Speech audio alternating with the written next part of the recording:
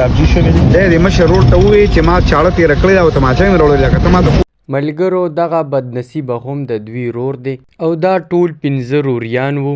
په 5 روریانو کې دا ټول د کشر وو. ملګرو دا کومه مسله چې راغلې ده دا د جایداد مسله ده. ملګرو دې ټولو روریانو په شریکه باندې ځای اغشتی وو. نو دې رور ورته ویلې چې ما لا خپل حصه راکې. د دوی مشر رور دی هغه والله خپله حصه نه ورکوله او دغه سړی ډیر زیات غریب هم و. ملګرو دې کس سره د مشر رور ډیر غټ زیاتې کړې دي چې دله یې خپله حصه نه ورکوله. د هغې د وجې هغه دومره غټ قدم اوچت کړو او خپل ځان یې ختم کړو او خپل بچي یې ختم کړل. ملګرو که دې اوس هر څومره جړاګانې وکړي او هر څومره افسوسونه وکړي خو هغه وخت اوس تیر شوی دی. ملګرو زموږ د ویډیو مقصد دا و چې ډیرو خلکو ویلي چې د دوی دا مسله د ښځې په سر ده.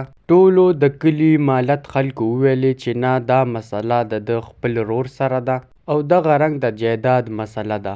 الله تعالی دې زموږ په حال باندې رحم وکړي.